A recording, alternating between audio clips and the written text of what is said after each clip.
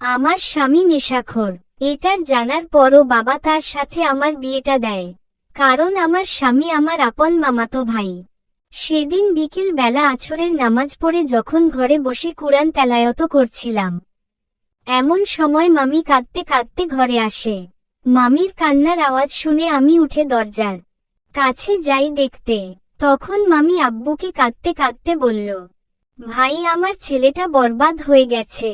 ও কোন মেয়ের পাল্লায় পড়ে নিজেকে ধ্বংস করে দিচ্ছে। কিছু দিন ধরে দেখছি ছেলেটা আমার নেশা করে বেড়াচ্ছে, তুই কিছু একটা কর। মামির কথা শুনে আমার অনেক খারাপ লাগলো। কেন যে মানুষ হারাম সম্পর্কে জড়ায় আর নিজেকে এভাবে ধ্বংস করে বুঝি না। তারা কি জানে না নেশাখোর ব্যক্তিরা কোনোদিন জান্নাতের সুঘ্রাণ পাবে না? তারা কি আল্লাহকে ভয় করে না? আল্লাহ তাআলা তাদের এত সুন্দর জীবন দান করার পরও নিজেকে এভাবে বরবাদ করে কিভাবে? হঠাৎ করে মামি আবার বলতে শুরু করলেন, যদি আমার নাইমের কিছু হয় তাহলে আমিত ও বাঁচব না। চোখের সামনে আমার একমাত্র ছেলে এভাবে ধ্বংস হয়ে যাবে, এটা আমি কিছুতেই মেনে নিতে পারবো না। শান্ত হো বোন, তুই এত ভেঙে পড়লে চলবে না। তোর ছেলেকে যেভাবেই ঠোক দিনের পথে আনতে হবে। কিন্তু কিভাবে আনবো তুই বল? অনেক বুঝিয়েছি কিন্তু কিছুতেই আমার কথা শুনছে না। আব্বু কিছুক্ষণ চুপ করে থেকে বলল, এরকম একদিন আমিও পথভ্রষ্ট ছিলাম, সেটা তুই ভালো করেই জানিস। তখন আমার স্ত্রী রাবেয়া আমাকে দিনের পথে আনে। এখন তোর যদি কোনো আপত্তি না থাকে তাহলে আমার মেয়েকে আমি তোর কাছে পাঠাতে চাই, তোর ছেলের বউ হিসেবে। আমার বিশ্বাস একমাত্র জান্নাতি পারবে তোর ছেলেকে আবার সুস্থ স্বাভাবিক জীবনে ফিরিয়ে আনতে। কথাটা শোনা মাত্র আমি ঘরের দরজা বন্ধ করে দেই, কি কারণে জানি না, কিন্তু হঠাৎ খুব লজ্জা লাগতে শুরু করলো। শেষ পর্যন্ত কিনা আমার স্বামী হবে নাইম ভাইয়া, যে ছোটবেলা থেকেই আমাকে গায়া বলে খেপায়। কারণ আমি সব সময় পর্দায় থাকতাম। মাদ্রাসায় যখন পড়তাম তখন ভাইয়া আমাকে মাঝে মাঝে মাদ্রাসা থেকে আনতে যেত। তখন ভাইয়া আমাকে এই বলে খেপাতো যে, তোকে বিয়ে করার মতো দুনিয়াতে একটা ছেলেও নেই, দেখিস তোর কপালে জামাই জুটবে না। তুই যে ব্যাকডেটেড মেয়ে, আজকালকার ছেলেরা তোর মতো মেয়েকে দেখলে দূরে সরে যায়। আরও অনেক কথা শোনাতো, কিন্তু আমার কিছু যায় আসতো না, কারণ আমি জানি ওগুলো তিনি আমাকে খেপানির জন্য বলতো। আর যখন আমি রাগ করতাম তখন আমাকে আইসক্রিম ঘুষ দিত। আজ আব্বু কিনা সেই নাইম ভাইয়াকে আমার স্বামী বানাতে চাচ্ছে। বুঝতে পারছি না আমি খুশি হব নাকি দুঃখী। তবুও মনকে বুঝালাম আল্লাহ যা করে ভালোর জন্যই করে, হয়তো এটাই আমার তকদিরে ছিল। ভাবনার দেশ ছেদ করে কানে ভেসে আসলো আব্বুর ডাক। আমি দরজা খুলে তাড়াতাড়ি বাইরে গেলাম। আসসালামুয়ালাইকুম মামি, তুমি কেমন আছো?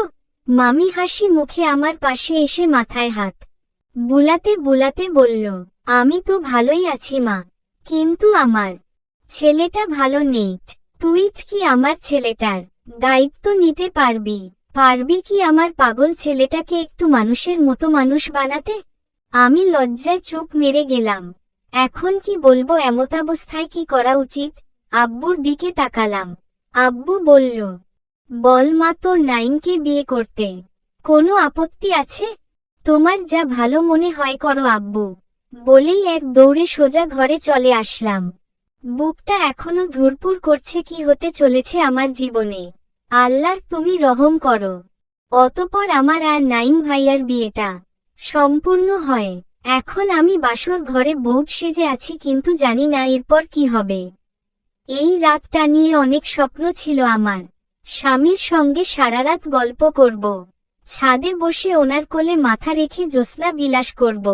কিন্তু আজ হয়তো এগুলোর কোনোটাই হবে না। একটু পরই হয়তো নাইম ভাইয়া আসবে। ধুর, কি বলি, এখন তো সে আমার স্বামী, এখন আর ভাইয়া ডাকা যাবে না। অপেক্ষা করতে করতে রাত 12টা পেরিয়ে গেল, কিন্তু ওনার আসার কোনো নামগন্ধ নাই। এদিকে বসে থাকতে থাকতে ঘুম এসে চোখে কড়া নাড়ছে। হঠাৎ একটা আওয়াজ হলো, মনে হয় উনি এসে পড়েছেন। ওনার উপস্থিতি টের পেয়ে আমি বিছানায় থেকে নেমে ওনাকে সালাম করতে যাব, ঠিক তখন মারল এক ধমক। আমি কিছুটা কেঁপে উঠলাম। কিরে, এখনো ঘুমাসনি তুই? না মানে আপনি বাইরে ছিলেন?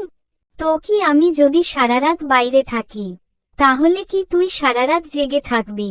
যা ঘুমা, উচ্চস্বরে ধমক দিয়ে বলে নাইম। লক্ষ্য করলাম উনি প্রায় ডুলছে, সোজা হয়ে দাঁড়াতে পারছেন না। তার মানে আজকেও নেশা করেছে।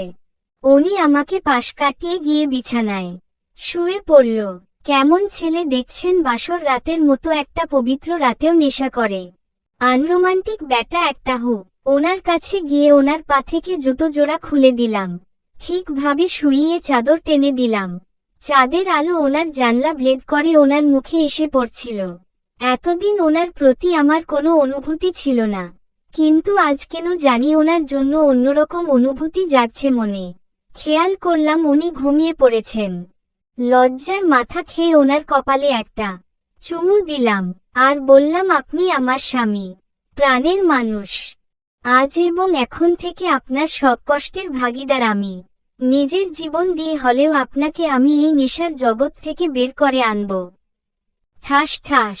তোর সাহস কি করে হয় আমাকে চুমু দেওয়ার? শুনে রাখো, তোকে আমি স্ত্রী হিসেবে মানি না। একদম অধিকার ফলাতে আসবি না। হঠাৎ করে যখন উনি থাপ্পড় দিয়ে কথাগুলো বললেন তখন নিজের অজান্তেই চোখ দিয়ে অশ্রু ঝরে পড়ল। উনি আবার ঘুমিয়ে পড়লেন। ওনার পাশে আর শুলাম না, যদি আবার রেগে যায়। যাই করুক না কেন, যতই মারুক আমাকে, তবুও আমার কোনো অভিযোগ থাকবে না, কারণ উনি আমার স্বামী, আমার প্রাণের মানুষ। ওনার অধিকার আছে আমার উপর। ওনার পাশেই বসে কখন যে ঘুমিয়ে পড়লাম বুঝতে পারিনি। সকাল বেলা হঠাৎ কারো গরম নিঃশ্বাস আমার মুখের উপর পড়তেই আমি চোখ মেলে তাকালাম। যা দেখলাম তাতে মনে হলো আমার মাথায় আকাশ ভেঙে পড়ল বুঝি। আমি নাইম ভাইয়ার বুকে, আর উনি আমাকে খুব শক্ত করে জড়িয়ে ধরে ঘুমিয়ে রয়েছেন। এখন যদি জেগে যায় তাহলে তো রাগ করবে। এটা ভাবতেই বুকটা ভয়ে কেঁপে উঠল। ওনার কাছ থেকে নিজেকে ছাড়ানোর জন্য চেষ্টা করতে লাগলাম। হঠাৎ একটা জোরে ধাক্কা দেওয়ায় উনি মেঝেতে পড়ে গেলেন। আল্লাহ, এখন তো আমাকে মেরাই ফেলবেন। উনি চোখ মেলে আমার দিকে রাগী চোখে তাকালেন। তুই আমাকে লাথি দিয়ে ফেলে দিলি? চলবে।